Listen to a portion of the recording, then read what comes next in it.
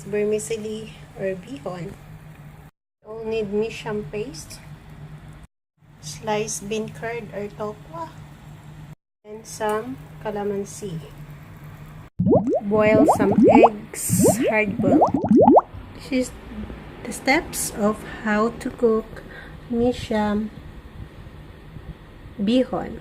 First, we boil the water. Boil 600 ml of water. Then,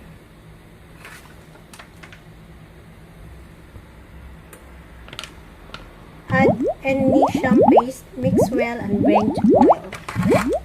So now we're going to add our Mee Siam paste.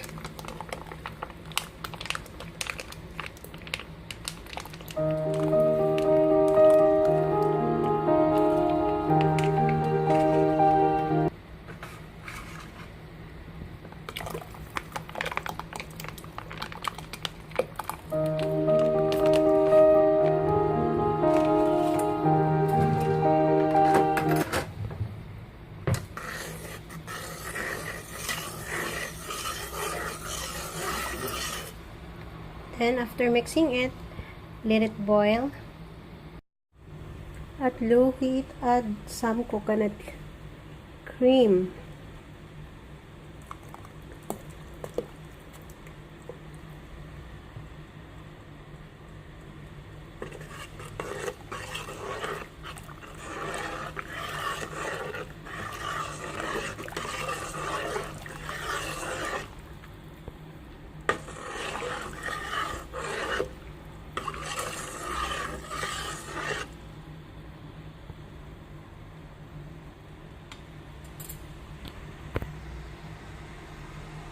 The gravy, when it boils, we will just set this aside, and then we are going to blanch our bihon or the rice vermicelli. In a pot, boil some water, then add the rice vermicelli or bihon.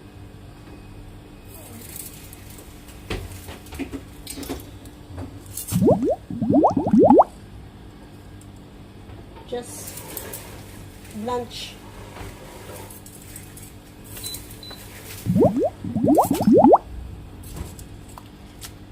Just blanch the bihon.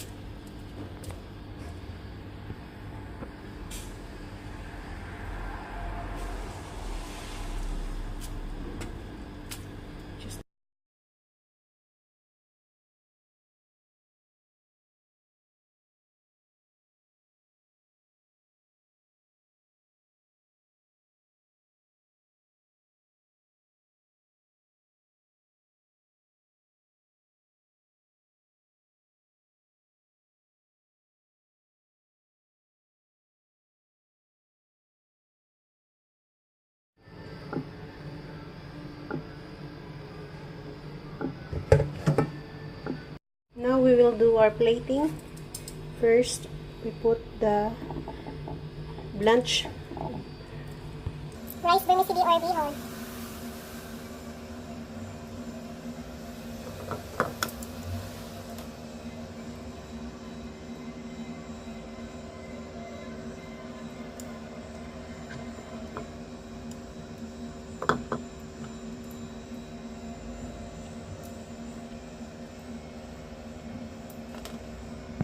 Then, we'll put our sauce.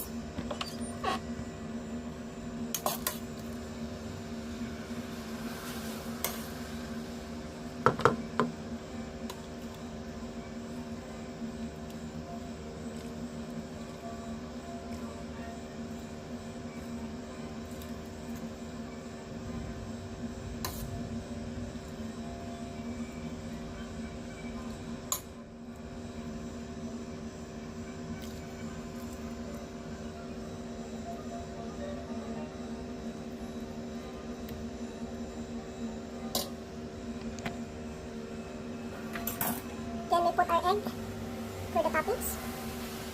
Garnish.